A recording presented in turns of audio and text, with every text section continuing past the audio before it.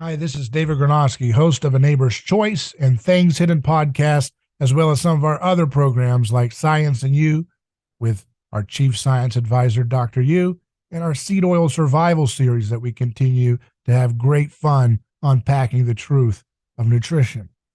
I wanted to give you a quick little message saying we appreciate all the support that we get from our uh, monthly contributors and our one-time donation supporters. And we'd encourage all of you to go to our website, a neighborschoice.com, click on contribute, and make a monthly pledge today, whether it's $1, $5, 15, 20, 50, whatever you want to do. Doesn't matter. Just be a part of building this new media project that we've developed to empower and inform, to inspire, to kickstart a scientific renaissance, an anthropological breakthrough and reformation in the church. All these things are possible with your support right now. So make that commitment today and help us keep doing the productions that we have. Thank you. Well, we're back for another episode of A Neighbor's Choice. I'm your host, David Gornoski, here with my friend Shane Kennedy. How you doing, Shane? Doing great. Great to be with you, David. Yeah, it's great. Let's do a little weekend review here. There's been a lot of crazy stories, like always. And I'm going to start right off with some of the headlines I've pulled from different outlets. Here's one story that I think is interesting. It says, Jeff Bezos plays down AI dangers and says 1 trillion humans could live in huge cylindrical space stations. He says people live, this is in marketwatch.com, people living in space could visit Earth on vacation, billionaire says. He says that artificial intelligence is more likely to save humanity than to destroy it. He says that he would like to see the human population grow to 1 trillion, with most people living in little cylindrical space stations. He did this in an interview with podcaster Lex Friedman. He rejected the idea that humans should colonize other planets, saying he believes building space colonies is the only way to achieve such population growth. And he said if we had 1 trillion humans, we would have at any given time 1,000 Mozarts and 1,000 Einsteins. The only way to get to that vision is with giant space stations. The planetary surface are just way too small. Bezos, who has a net worth of $172 billion, said that if people lived on O'Neill space colonies near Earth, built using raw materials from the moon and objects in the asteroid belt, they could visit our current planet on vacation. The concept of O'Neill colonies was developed by science fiction writer Gerard K. O'Neill as a solution to the problem of livable environments in space. The space stations, designed as 2 cylinders that rotate around an axis, would offer an artificial Earth-like environment and use rotation to simulate gravity. Bezos' vision is in opposition to that put forward by Tesla CEO Elon Musk, who is currently the richest person in the world. Musk has said that he hopes that humans will become multi-planetary species and that he aims to colonize Mars via his company, SpaceX. In Bezos' vision, space colonies would help support a population that is 125 times the size of the Earth's current population. And make no mistake, Shane, he's going to make sure that Amazon Prime delivers to each one of those little capsules floating around in the middle of the asteroid belt, right? You're going to really need Amazon for food up there. Wait a second. Where's my oxygen tank? You told me it was going to arrive tomorrow. I need it tonight. And hopefully by that point they've normalized 1-hour deliveries. Yeah. Well, it's so interesting that that people like Bezos they're wanting to move humans out of the place that we were created to live on and to subdue. Yeah. They want to move us onto they want to move all of us into their artificially constructed womb, like a giant cocoon, and send us to go live out there, and then and then the crumbs that they're going to throw us is that we can come back to Earth on vacation, like what, maybe once or twice in our lifetimes, I'd imagine. Why do they want to get out of Earth? I don't understand the driving philosophy behind Bezos. You know, it's like, you know, they want to construct this elaborate rotational thing to simulate a planet. It sounds like they're just want to be God. You know, they want to create their own artificial planet rather Yeah. than, you know, even what Elon Musk wants, which is more of a Wild West approach of, I guess, colonizing. You know, he wants to colonize a planet like he's colonizing an undiscovered land. Uh, is this just insane babblings of, not insane in the literal sense, but just out of touch babblings of billionaires trying to strut their majesty and their glimpse of immortality in front of, as far as peers are concerned about them, or is there something else going on? I think this just demonstrates that he has broken, that he has a that to be able to, for him earlier on in his life, to be able to conceptualize and execute Amazon, he obviously had quite a grasp on reality, right? Now Bezos, I don't really think he has it. I don't think he's really grasping reality anymore. So when you You know, just he get that rich, it really does kind of mess with your head, perhaps, right? I yeah. mean, because you don't, there's nothing you can do that's entertaining. You want to buy an island, you can buy an island. You want to buy a country, you can kind of buy a country. You know, you want to buy the greatest thrills in the world, I guess, the most evil stuff. When you're that powerful, you can kind of do all the things that humans can come up with. And so I guess that's why, you know, for him, like you're saying, you know, he has to come up with the grandest thing that no human has ever done to feel like he's got something to be motivated towards, right? Is that the vibe going on here? Yeah. Yeah, and trying to, yeah, I mean, really, what he's doing is he wants to create his new. He wants to create his own Earth. He Yeah. wants to speak his own Earth into existence, and then fill it with souls. So this is the ultimate Tower of Babel kind of deal, Yeah, right? This is Tower of Babel on steroids, if that's the framing here. yeah. Whose worldview is more down to earth? Musk's, which wants to go to Mars and colonize it, or this concept? I didn't even know Bezos was into this space capsule thing. This is news to me. Oh yeah. Well, for years, for for years, Bezos has been talking about putting everybody on rockets and getting everybody the heck out of here. Like So did they get? that's Are they all in on a privy that we don't know about? Are they privy into something? you know they Or are they just they caught up might. in the spirit of the age like everybody else, where everybody feels like everything's falling apart Yeah, and well, they're trying to be Mr. that's what I Fix think It it. Savior of the world, you know? Yeah, yeah, that's what I think it is. Is he kind of represents the, yeah, the zeitgeist Yeah. of the moment. But which of those two competing worldviews do you reject both in your own perception? On its surface, I think Elon Musk's is less inherently evil. In the sense that Musk is not calling for humans to vacate Earth.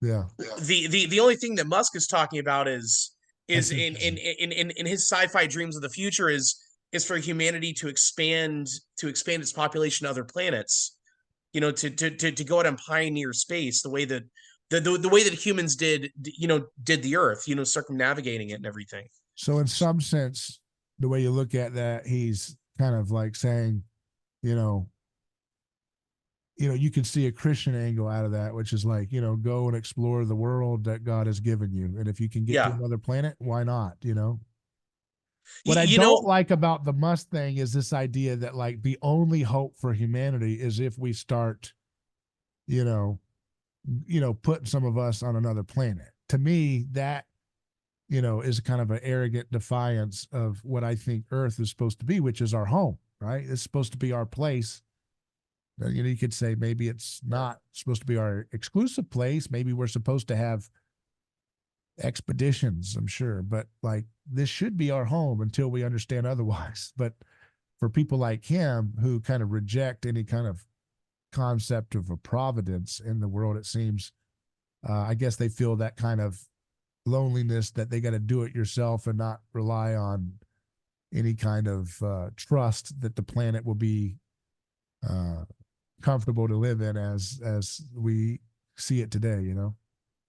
Yeah.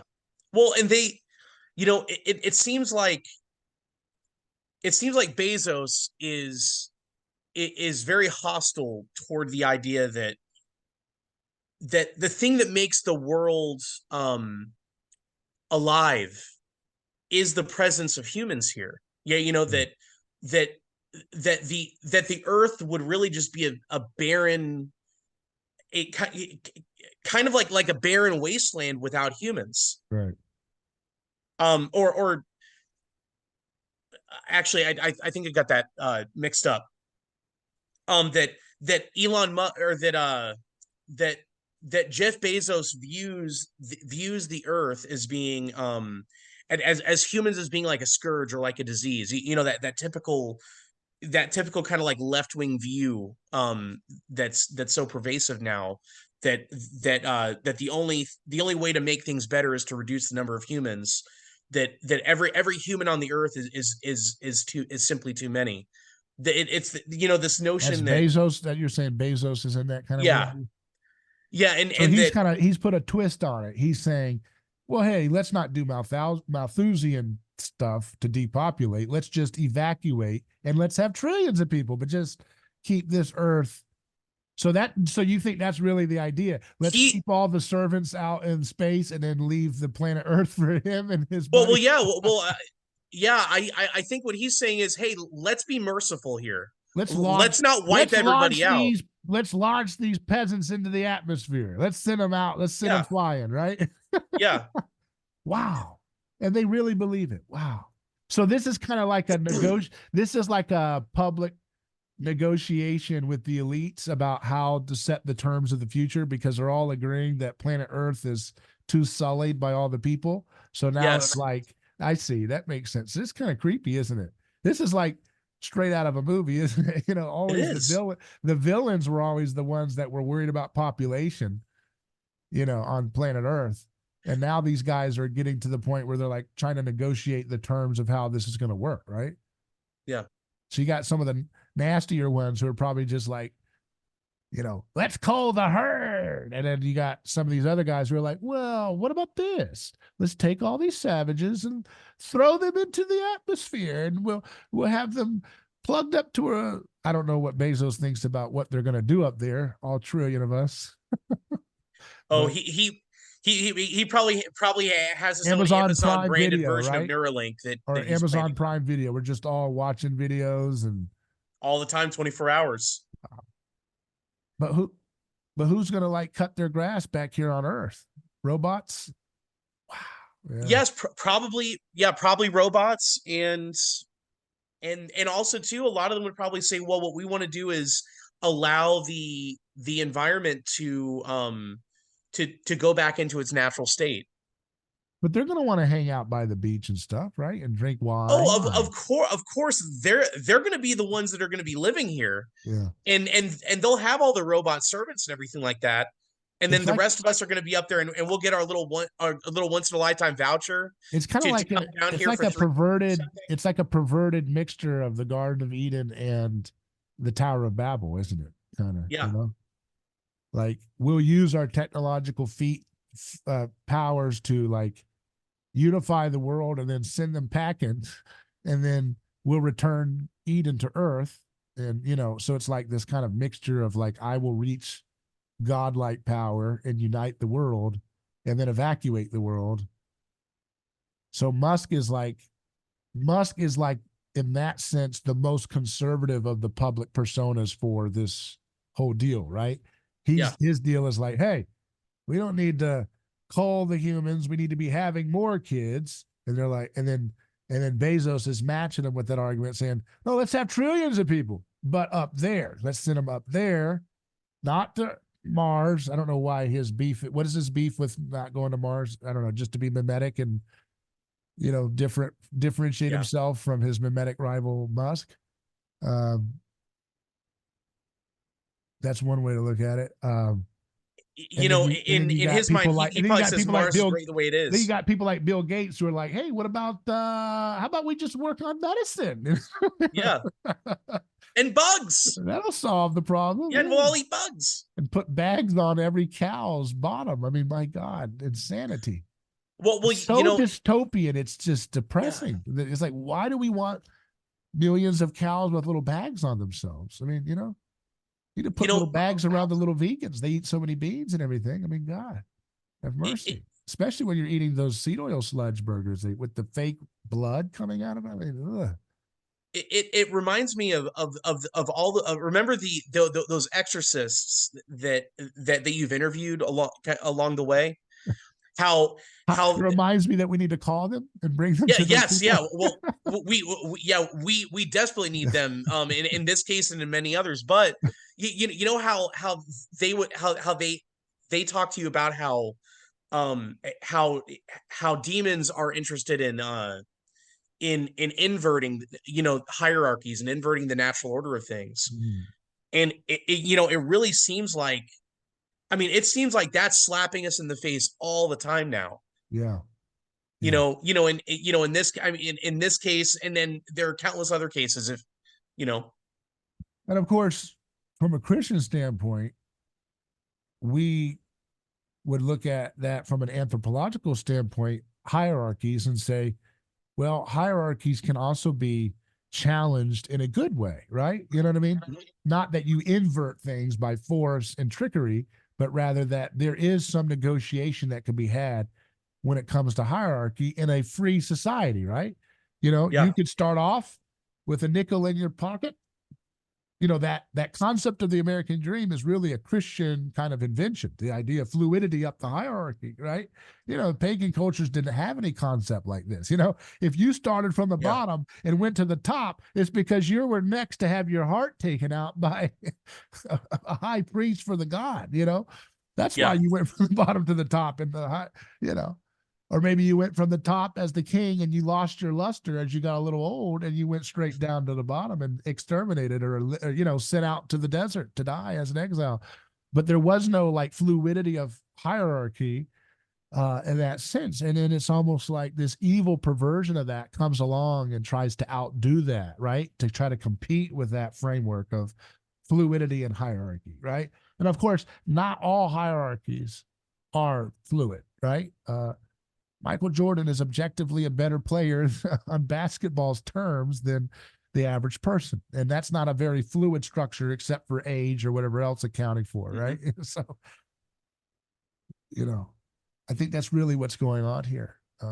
You got people at the very top of these hierarchies who are trying to present themselves as saviors, that are going to help liberate the mankind. And most importantly, I guess in this elitist worldview, liberating Earth. That makes a good question. Who ultimately, in your view, of the whole leftist and woke universe in the West, who is the most supreme victim? Is it planet Earth, or is it the collection of victim groupings that have been constructed? I think it's planet Earth, Yeah. and the reason I say that is I think ultimately from their point of view, the Earth is the ultimate victim of every human being. It doesn't matter how far, it doesn't matter how many boxes you check on the intersectionality scale. You're according to them, you are still um creating excess carbon, and you are still stealing the resources, exploiting the resources of Mother Earth, and robbing her and leaving her worse off than she was before you were born. Therefore, you are the ultimate victim. You're the ultimate taker, and she is the ultimate giver. So it's the total inversion of the Dominion mandate. Right. Don't ever do anything inventive, because anything you do inventive is only going to hurt Earth. Yeah. right? There's nothing you can do that's truly like adding to Earth, because if you're curing cancer, that means you're making more people live happy lives, right? Which means they're going to have more kids, and that hurts Earth, Yep. right? And if you're doing solar panels and wind farms, that's only mitigating the damage, right? Which is going to allow people to hurt Earth in other ways, right? So it's just this constant hateful self shame, this just total shame and hatred of human existence, which sounds demonic, like you said, with the Yeah. Exorcist. It sounds like again, from an anthropology standpoint, demonic meaning the absence of being of the human person, and the total rejection of the human person as a sacred as a sacred being. Um, that's kind of the demonic, to accuse and to create chaos, right, against order. Beauty has order and structure to it, right? And I would say would you say there's beauty and chaos too from a Christian worldview? Oh, of course. Yeah. So there is beauty and chaos, but there's also evil and chaos, right? And I guess there's evil and order in those kind of abstract sense. So, but I think it depends on what we mean by chaos. Because I think something can seem chaotic, yeah, but before we make sense of it and denominate categories yeah, to it yeah, and organize it. But the chaos that ensues from the dismantling of a hierarchy, I think that, that's obviously inherently evil. that's a good point. So watching bees run around looks chaotic to us, but Right. it's because we don't have the creator's perspective that sees the order and everything, right? Yeah. That's a great point. And So that's the same I, thing I like with markets, right? Markets are kind of a hive picture of things signaling this way and that way, right? Humans kind of operating in a kind of collective mind, right? And in the human perspective, it kind of looks chaotic, right? You yeah. want to make pencils, I want to make printers, you want to do this. What do you mean? Humans can do what they want to do? That's chaos. That's going to happen, but it all kind of balances out. The less coercion you introduce into the system, the more, in my opinion, from a nonviolent standpoint, the more beauty, the outcome will produce, right? The more coercion you contaminate that hive collective mind organizing system, uh, the more you're going to create distortions and injustices that will then breed more evil as a blowback, right? Yeah. Yeah, very good stuff. It's a lot of interesting things to think about. At the same time, there's a conservative critique. I'm kind of going off on a rant on a trail here, but there's a conservative critique about the spontaneous order of markets, which tries to say, no, that's a religion you're creating. You're creating a sacred in the market economy itself. I understand that point, because a lot of people's concepts about the economy become a kind of idol, right?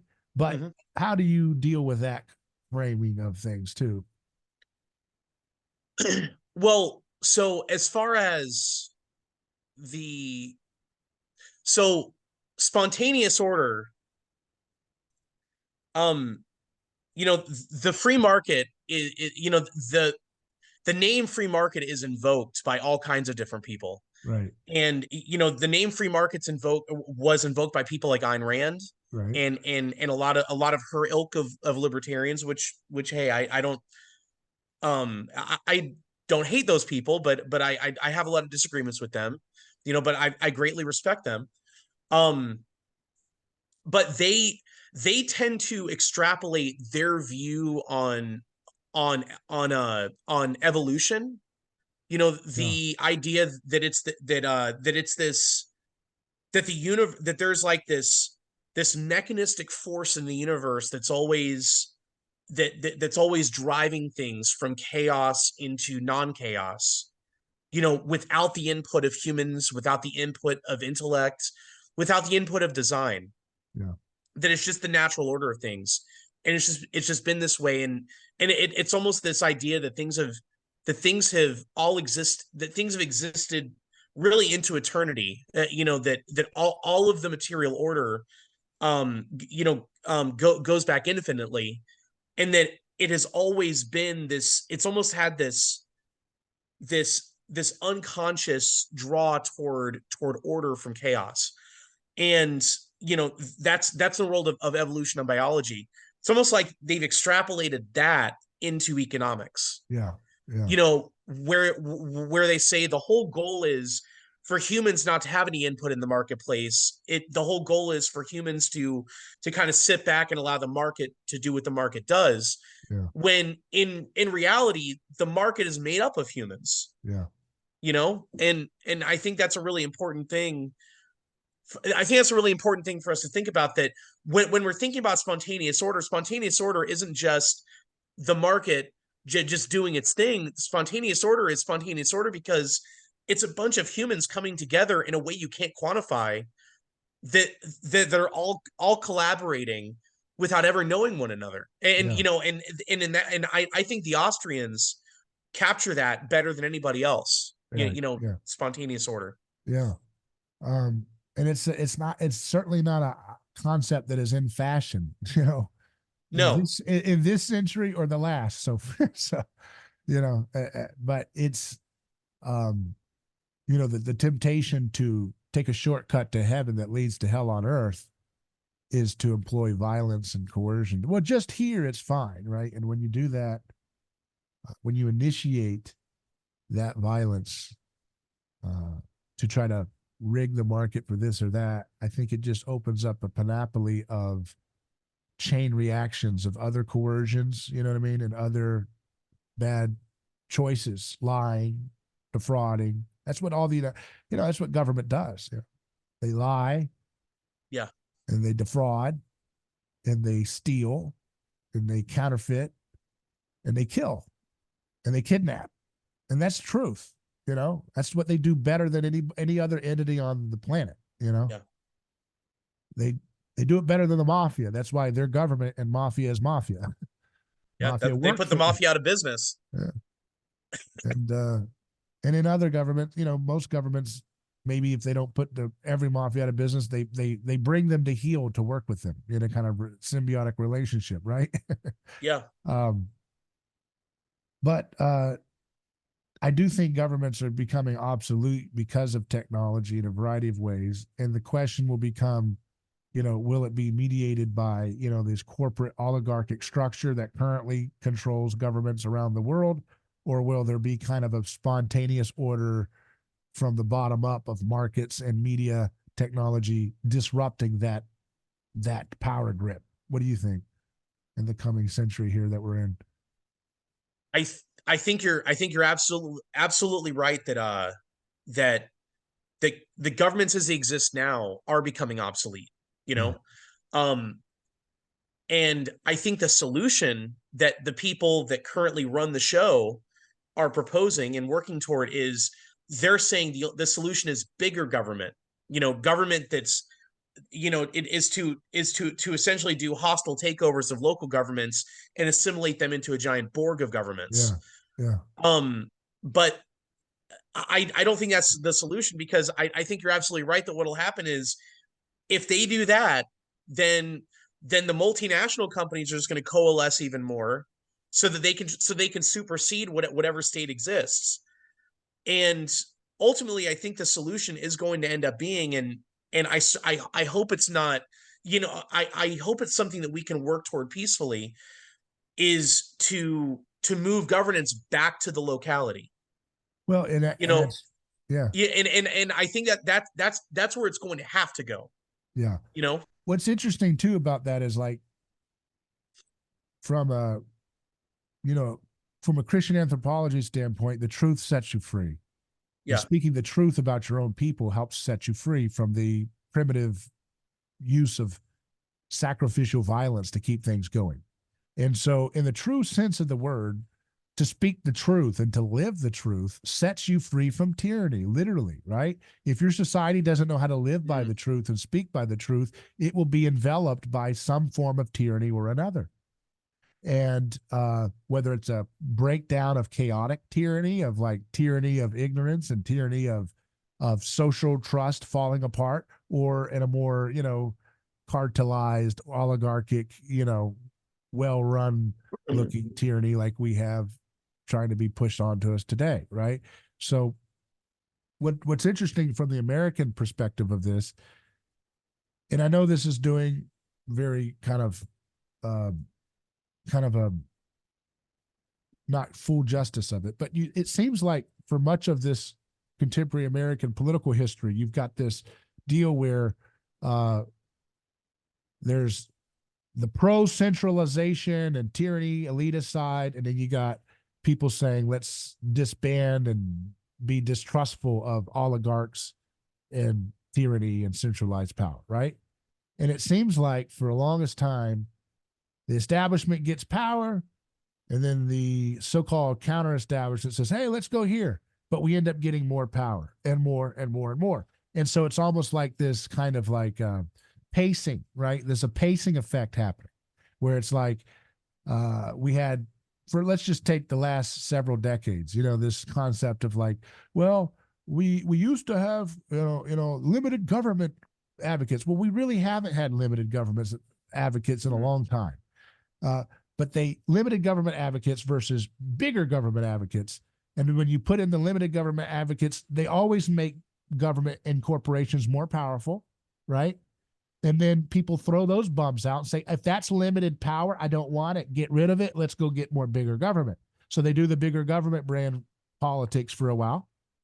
And then that ruins things. So they throw back, oh, well, who's the limited government people? Limited power, limited corporate, whatever. The liberal side or the Republican version of this limitation on power, right? Throw those guys in, throw a Bernie in, throw a Reagan in, whatever it is, and try to cut this down. Or either if you think it's the big business running the show or the big government, the cutters always come in and just enforce the establishment, and everything gets bigger. Government gets bigger, business gets bigger, everybody suffers, right? So there's no, and I think that's the trap of what I see with the current right-wing younger space. It's kind of like, hey, we've had enough of our grandpa's limited government conservatism of Reagan and Bush. We need nationalism now. That'll stop globalism. And it's like, so you see how you're being paced, sir? First, you start out with, centralized DC power versus the dialectic of, hey, let's limit that a little bit. Well, the limit that little guys go along with expanding DC power. So now you've been moved on the Overton window. Now you're like, well, now we're at to globalism. So and then the conservatives say, well, we don't want globalism. We just want Americanism. Oh, well, you've already lost the plot. You've lost your ground. You're being led.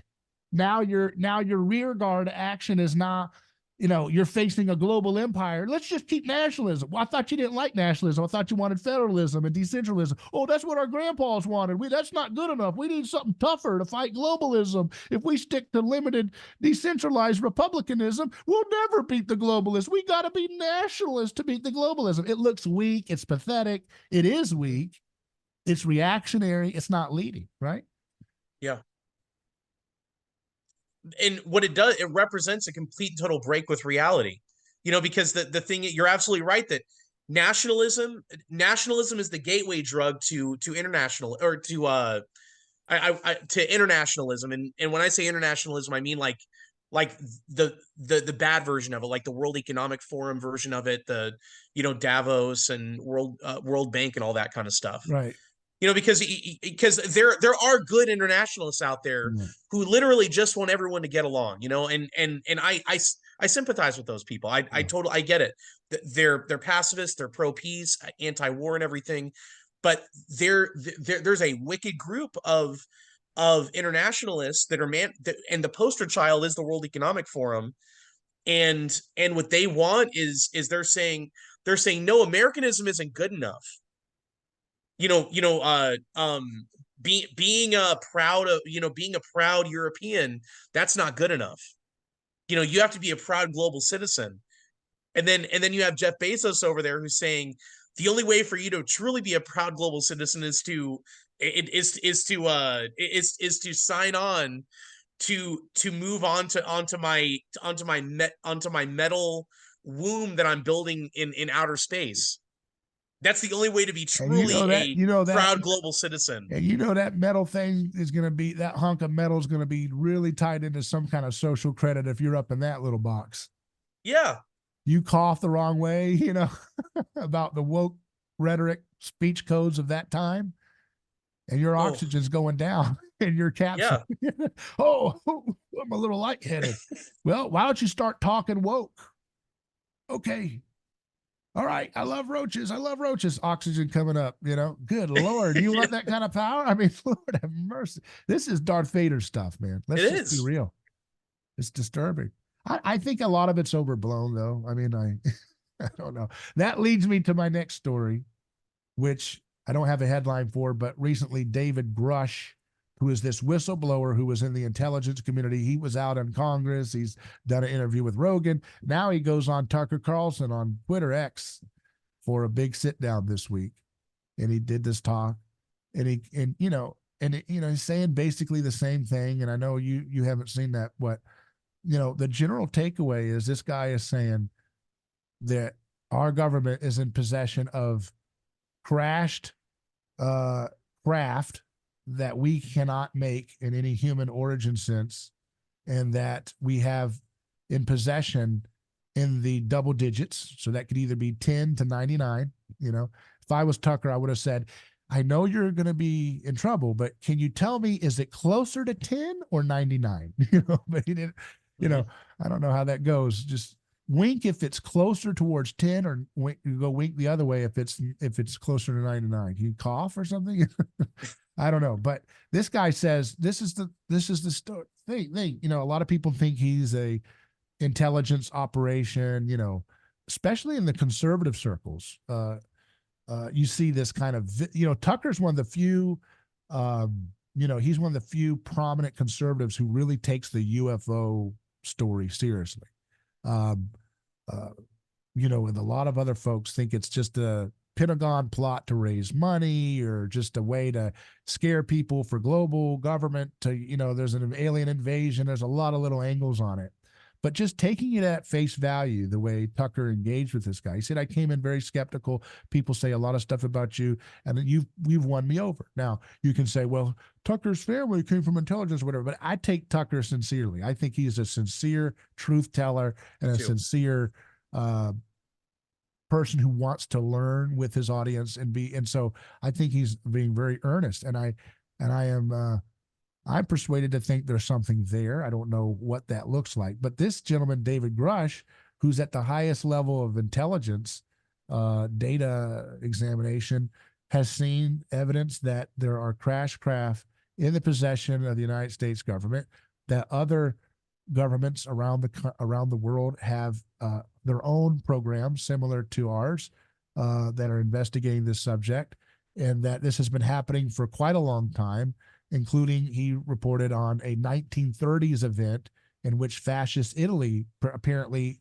a acorn-shaped object crashed in fascist Italy at the time, and the Vatican and some other folks were kind of like filling this into the American government, like, this is what's going on, FDR, you might need to be aware of this.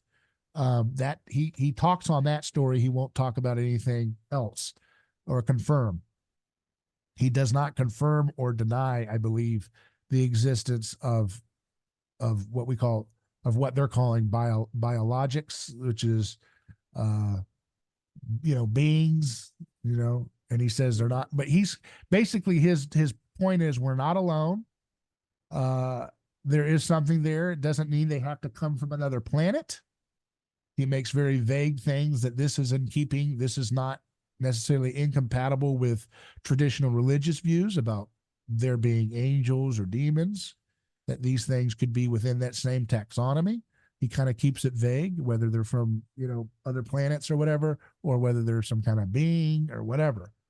With all that said, he says that he has had his life threatened in very vicious ways, that there was stuff when he came home in his house that alarmed him and his wife very much so, and that it happened spontaneously with a few other prominent people who have spoken out about this.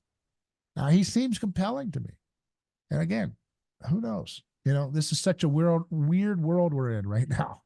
It's insane, but just setting all that up. I know you didn't watch the interview, but I wanted to set that up for you and the audience. Any reaction to this? You and I have been talking for years Folks, I about. keep looking over the camera. Shane makes the best facial expressions. So I apologize. I keep trying to look at the camera, but I see him over in the corner of my eyes going, but I'm like, sorry. No, it's great. It's great. So I want to look at you, but I got to figure that out. Well, this is a new setup, but so for years now, or actually, I think it was maybe about 10 years ago. It might have been a little bit longer than that, but I remember you called me up and said, Shane, have you noticed all of the positive coverage of UFOs that have been in the news lately? Yeah. This might have been like 2013 or 2014. Was it that long ago? Yes. No way. Yes. Yep.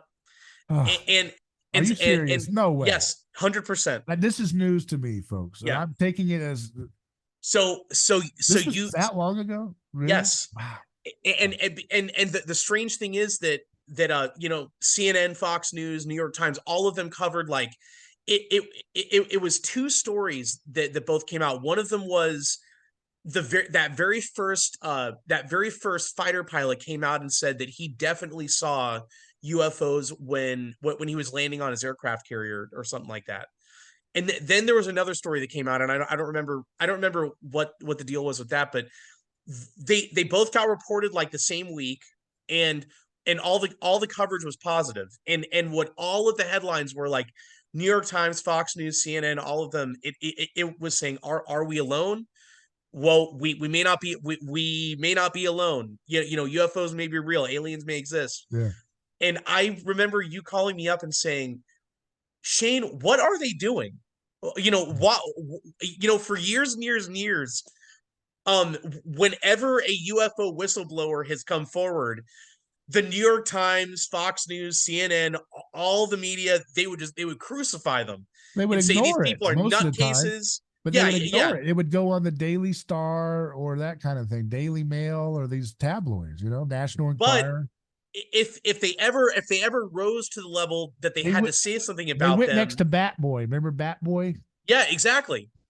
But the thing is, if any of those stories, because I remember back in the 90s, I don't know if you remember this, there was a story about an alien autopsy video. And that was a bunch of sensational news. It was probably like in 1996 or 97. Like Hard Copy would cover it? Yeah. But like 2020 covered it. Okay. In fact, it was on the evening news and everything like that. Okay.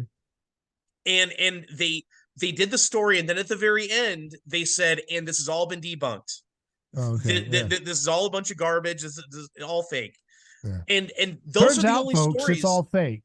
So they set it up. They say, exactly. There's reports of an alien. Yeah, so that they would get you to tune in. Well, turns out, folks, it's all fake. The hoaxer admitted it, and this is why we're here to cover it. So be careful what you hear out there. Signing off. And you see that's right there. 90s. Yeah, and you see that right there summarizes their average method of reporting on anything regarding UFOs or aliens. Right. Now it's all positive coverage. Now it's now very slow trickle too. Right. It's very slow trickle. But you were the first one that ever pointed that out to me, saying there's been a change in the air here somewhere. Yeah. Do you remember that? I remember saying that. I don't know how far back I said it, but I mean, I certainly have thought that for a while. But and there's something strange, in the 90s, as a kid, you would see that stuff on Hard Copy, that Unsolved Mysteries. Remember that? Yeah, and that stuff scared us. Stuff scared me badly. I mean, I remember. Because just putting it on TV was like a kind of psychological trauma, right? I mean, for a little kid, the reenactments that they would do were always terrifying. The things that terrified you was those that was really big in the 90s, was like the abduction thing, and they'd always have some husky lady from the country, or something. She'd say, and it was about 11 o'clock. I had taken my last sleeping pill for the night, and I had gotten into bed, and I put on my favorite programs. And at that time, I noticed a kind of a clicking noise, and my husband had gone into the other room. And all of a sudden, I saw two black, big almond eyes peering through the window in this beaming light. And the strangest thing, I felt a fear like I had never felt before. It was as if a tiger was staring me down in the face. I cannot explain it. That's just closest I can get to it. And at that moment, this little thing started talking to me in my head. He started saying, "It's okay. You gonna be all right. You just come on right along now." And at that same time that it happened, the window opened, the lights, it was so bright. It's a type of light I've never seen before. It's like a brilliant light. And before you know it, I'm in a room. It's bright. And they're all around me. And it's weird stuff. And there's little metal things and there's tubes. And, look, I don't know what's going on, but when you see that, and that looks like someone, I'm in the South, that looks like someone you saw at the library, and you're like, holy shit. And the paralyzing fear, it sounds, people try to say it's like sleep paralysis or something, right? But it's like that whole, like, something's coming in, you can't get up, you're whisked away, like that powerlessness, like there's this powerful thing. That's And nobody terrifying. knows. Yeah. Yeah, nobody knows where it's coming. It's not like a shark. You're a little kid, right? You know how to avoid a shark. Don't go in the water like that, right? Stay out of that. You're good. But when it's this thing that shows up at any window randomly, and this little old lady who could be your babysitter or teacher is telling you it got her for no reason and nobody believes her, you're like, what in the world? That's so traumatic. So I remember that. At the same time that happens, you got Bigfoot. This stuff was fun in the 90s, and there was a funness to it too. It's terrifying and fun. Yes. But Yeah. there's like it made the world feel alive. It made the world feel like it was dancing with possibility. And when you have a background in faith, it kind of adds to the magic. I don't want to use that word. Everybody has their little words about that, but there's a magic to the universe. There's a wonder to the world when you're a kid. And then you learn, and it's like the millennial, here's the millennial trajectory. If many people shared that experience or not, but from my perspective, my generational trajectory, you find out Santa Claus wasn't real. The news tells you the aliens are not real. Bigfoot's not real. It's a hoax. And then the last thing to go when you're in your teenage years or 20 years is what? Your faith. Oh, well, dang it. It turns out God's not real. Oh, some smart guy on TV said it. Oh, golly. And so it's like a kind of disenchantment that's taking place, right? And I think millions and millions of millennials in America had that trajectory. I didn't necessarily have that trajectory because I wasn't taught Santa Claus whatever was real. We had Coast to Coast AM too. Yeah, well, yeah, exactly. But it to became help us through. campy. It became campy. It became fun. Just the sparkle that there was more to the world than just the drudgery of homework and adults paying taxes and having an investment portfolio, maybe, and Yeah. watching paint dry. Is this all there is? Or is there these little creatures? I mean, it's like, whoa, now we're in a world that feels as exciting, if not more, than movies themselves, And so here's my point. You go through this kind of disenchantment. And it's interesting, isn't it, Shane, that in the 2000s, the early 2000s is the age of the skeptic. You get the rise of the new atheism movement. And Michael Shermer, who I've had on the show, Mr. Skeptic, which turns out to be, poor guy, is just Mr. Reinforcement of everything the establishment corporate press wants you to believe. Sorry, not so skeptical, but hey, whatever floats your boat, brother. But it's like, and so you're like, wait a second, you're a gimmick too. You're not really skeptical. You're just skeptical of anything that's not like powerfully mediated through establishment. But that's not in fashion. So it's like, you know, you get people like him and he's debunking aliens, ghosts, and religions. You know what I mean? It's all kind of coming as a package. And then all of a sudden, you know, that has its, you know, 9/11 comes and that kind of reinforces the need to rid us of a religion. And then you get this kind of, I don't know what the transitionary events and media technologies are, but you get this kind of return of the sacred, the return of belief in the reality of the spirit world. So everybody nowadays is still kind of operating on that default gimmick. I'm spiritual, not religious, right? That's the new mimetic thing. I'm spiritual. You know, it's kind of like, yeah. So atheism is out. Atheism's not fashionable now. That's kind of dumb and lame. It's like, you know, like a niche political philosophy that didn't get anywhere. Atheism's out. Hard atheism's out. Agnosticism we can tolerate.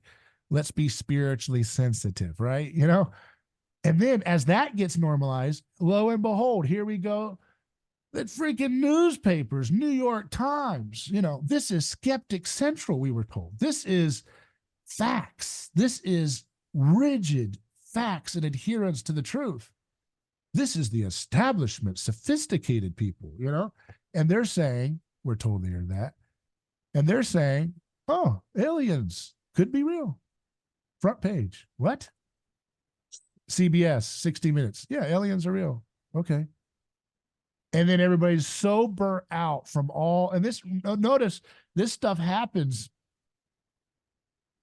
This stuff starts trickling out right before and after COVID, which is interesting. You know, how that timing of that culturally works.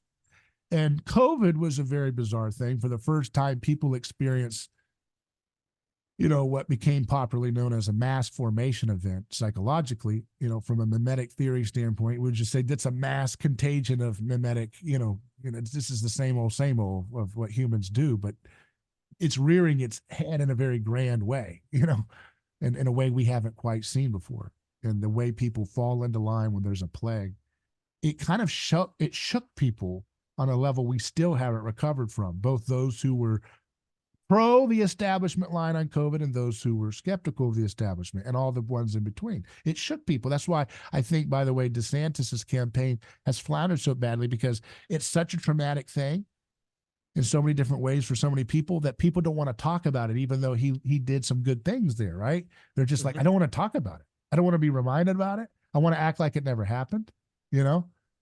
So that's the environment when this alien thing becomes mainstream. And Tucker is one of the few national brands of high trust for conservative type people that when he says there's something here, it really helps buy-in for a lot of folks that have similar worldview as him, who are pro-Christianity or religion or pro-family values, very anti-war, intelligence agency psyops. That's the package that Tucker's people kind of feels like, right? And yet he's saying this is it. So it's like, what do? You know, this is a very existentially,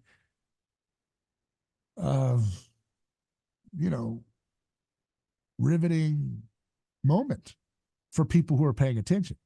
It's very fashionable for everybody who's listening now to give me their quick take. Oh, it's a total psyop. Okay, go ahead. You know, okay. If you want, that's the new thing, to be that guy with the quick take. Oh, I know what this is. It's aliens, or I know what this is. This is a trick. I don't know if it's that easy. And there's certainly a lot of privilege going on, whoever has those flying saucers. I tell you that. Oh, yeah. Which I think, just saying, is a very underdeveloped topic. The kind of privilege, and Tim, I know I'm kind of going here, and I'm not looking to see if you're wanting to say something, Shane, so please, I'm not looking at your body language, so please interrupt me. But Tim Burkett, who is a Republican, he's received a lot of flack for coming out strong that there's something there. And he said a line that I thought was very compelling in the congressional hallways, where he said recently, the war pigs don't want this. He said, if there's a machine out there that has no sign of heat and no propulsion, The war pigs don't want us to have that because you ain't going to be able to send our young men and women for their wars anymore. So in some way, Shane, this topic is the most up the alley of a neighbor's choice and things hidden. Because we're the ones always talking about, let's go big, let's go make anti-gravity, or, new technologies that alleviate pollution. Let's do it ourselves, right? Yeah. So my kind of challenge to the public is whatever's going on behind these things, whether it's made by humans or it's made by some other entity or it's a total hoax, let's take up the challenge. Let's create companies or research labs that try to figure out how to do anti-gravity technology ourselves. Let's not wait for the aliens to share it with us if they so choose, or some whistleblower makes it happen. Let's go ahead and figure out, is there something moving around without a heat signal? Let's get the smartest people we can find, engineers, to see if we can do that. Let's do it. Let's try it, right? That's what America should be. Where's the conversation in the public eye about that? That's what I want to do. But that doesn't do well with the algorithm, apparently, for whatever reason. Yeah. Yeah, it's really interesting. I think this whole UFO I guess I don't know if you would call it, the whole UFO narrative, it just seems like my concern, I just mentioned demons earlier. My concern is that they're seeding a narrative into the system because we have, millennials. You just articulated the arc of millennials. Losing their faith in everything and becoming really, really rigid materialists. Your average millennial is a very, very rigid materialist. And the thing I'm concerned about is, so when they say spiritual, they just mean a kind of feeling, that it's all about feelings. It's all about their sense and all that kind of stuff. The thing that concerns me about the whole UFO thing is that they're seeding a narrative that's believable for rigid materialists, that life was seeded on Earth by another material civilization or life form from outside of Earth. It's this whole notion that like that the Earth naturally just ebbs and flows and evolves over time and takes care of itself. That it progressively develops over time and everything without the input of man, and that man, and from their point of view, man is a disease really on the Earth. Man's just a taker and the Earth is a giver. Right. And what my concern is that beings that live in the dark, wherever they are, whether they're in hell, whether they're in another dimension or whatever, that they are setting things up to come out with some big global revelation that human beings were seeded on planet Earth into some monkey or something, and then evolved over time, and they're gonna patch everything together and make evolution and everything make sense, and they're gonna try to merge this into a theory of everything that's going to unify evolution, physics, and everything. But it's going to be a big false. It's going to become a big false religion, and nobody will call it a religion, but it will be a religion. And I think what you stated there is a position that many religious, sincere religious folks and Christians and conservative types share that same suspicion. A lot of folks do. So, and that's well warranted. But at the same time, what happens, the way people are kind of binary thinkers sometimes, unfortunately, with dialectics like this is, so therefore, when I say, hey, let's create anti-gravity technology, oh no, that's in the same realm of this psyop thing that's going to happen to us, right? Don't even try that. Let's stick to our little tires and our little gas engine. You know what I'm saying? Mm-hmm. Does that make sense? This kind of there's a Luddite fearism or whatever, that's like, that's draped around this framework, which is very unfortunate, right? Because we need thought, we need thinking and action here, and boldness and truth telling here, as best as we can see it. I share the same concern with you, and I think that it's not just the materialist framework they're going to do. And what, by the way, Expelled was a movie with Ben Stein that they put out. My friend John Sullivan was a producer for that, and that came out in 2008. And that movie kind of was like the first time I'd seen it before, but just to see it in a movie theater where you had Richard Dawkins admitting at the end, well, okay, yes, there's a little bit of machinery looking stuff here at the base of our cellular machines, but if that was in any way designed, it would have had to have come from an alien outside of our planet. Yep. That was a big moment because here's why it felt like that. It felt like if life is a drama, intelligent design, that movie, I know the materialists would say it's total garbage. That's what you're supposed to say. We get it, but I think from a mainstream conservative Christian framework, it felt like that movie was like, aha. So there, for the first time at the time, cinema still had draw, as like the meeting town square kind of thing for dreams and the official dreams of society. That's lesser now, but it still had more power back then. And it's like, okay, so on a cinema, someone has now made a case for the first time in pop culture, so to speak, that, there's some sophisticated arguments for the evidence that this is not pure accident and chance. That's a big moment, right? But then, just like any good villain in the story, there's that little trick at the end where Dawkins is like, all right, maybe there is, but it's aliens. And it's like, darn it, the villain has got away. From the conservative side, it's like, oh, shoot, we had him pinned, and we had him on the ropes. We were about to it's a knockout blow. And all of a sudden, the intellectual victory doesn't happen, right? Because it's like, there's an out clause. There's a little way to wiggle out, right? And so that sets up for now. It's not just materialist though, Shane, because I've seen some of this stuff, and I'm going to try to bring one of those individuals who has those views about ufology to show my audience what that worldview looks like before it becomes more mainstream, so they'll see it before it's a trend, a mimetic fashion, right? And I'm planning that conversation soon.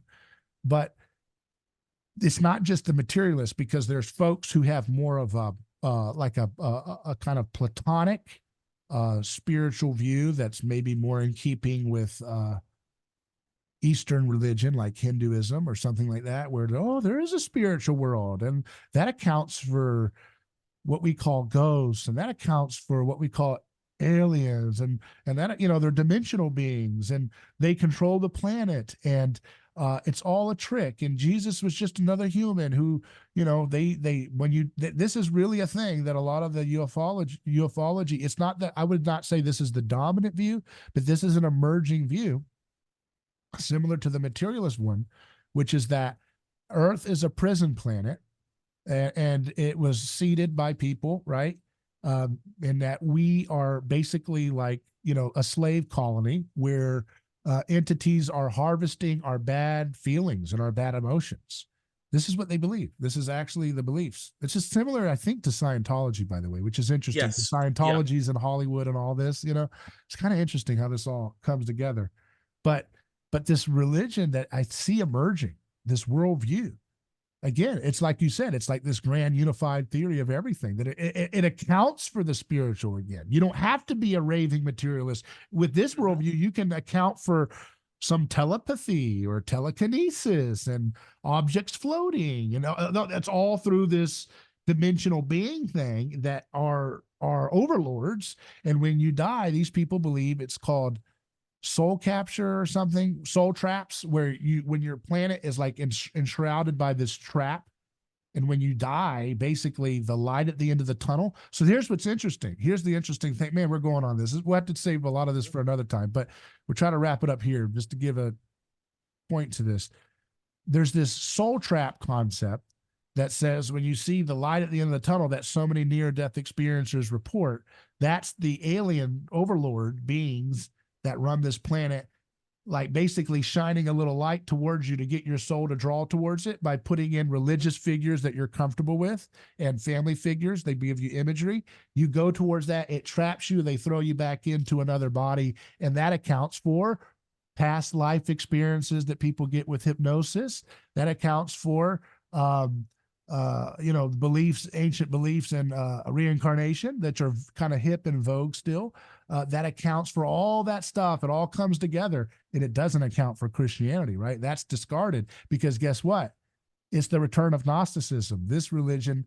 So what I'm saying is they're going to, I don't know how that flavor is going to come out, but whatever the truth is behind these objects and whatever's in it or not in it, it's going to be a spectrum. You can be a materialist or you're going to be this Gnostic or something in between. And that's going to be the new aha moment that everybody's supposed to buy into. Oh, so the religions were created by aliens to pacify us, to make us be good boys and girls. See? Oh, that's why people have telepathy, because aliens do this. This is psychic interdimensional beings. Mm-hmm. But guess what it does, Shane? It does the same thing that those other worldviews we talked about at the beginning of this episode. It makes you hate Earth. Now, they love Earth. They say they love Earth, but it makes you hate Earth, and it makes you hate your body, and makes you hate your material existence.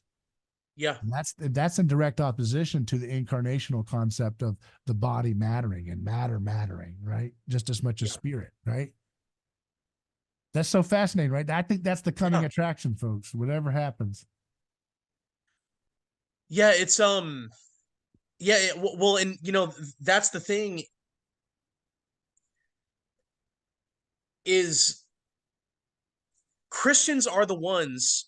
I mean, you said this time and time again. Christians are the ones that should be at the forefront, as they historically always have been, of technology, of physics, of the anti-gravity, of energy that's too cheap to meter, that kind of stuff.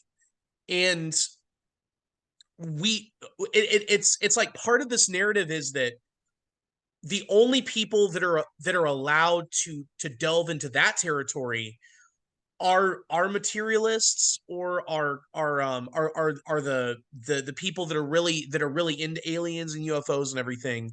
But for some reason, that area is supposed to be cordoned off from Christians. Right. Christians are not supposed to go and walk in that territory. Right. But the thing that you say over and over and over again is that Christians are the only ones that have the ability to engage with reality in a meaningful way, that can actually take reality and make it better. Well, I mean, it should be clear, people can engage in reality without being Christian, so to speak, but you mean in truly understanding the big the big picture questions, right? And really being able to speak with it with truth, right? I agree with that. Man, it's fascinating stuff, Shane. I appreciate your time, and we'll leave it there. We'll leave it at David, a cliffhanger. But that's the coming attraction, folks. We started with these goofballs doing their things in space capsules, and we end with this UFO stuff. You see a pattern here, folks? Do you see a pattern here? It doesn't mean you have, I'm not talking the dumb, low resolution, it's all a conspiracy. I'm saying, do you see a pattern of human behavior and storytelling going in a direction? It's interesting, right? So let's buckle up for what happens next. Shane, thank you for your time. Thank you, David. And for those who want to continue to be in contact with us at A Neighbor's Choice, if you like something you heard here, make sure you like and share this video, comment, let us know what you think about this whole story with David Grush and Tucker Carlson and the whole package as we've laid out for you. Also, your thoughts on Bezos versus Musk's vision for evacuating the planet. Weigh in with your comments, weigh in with your likes. And if you want to send a question or a comment via email, you can do so. hello@aneighborschoice.com. I'm David Gornoski. Godspeed.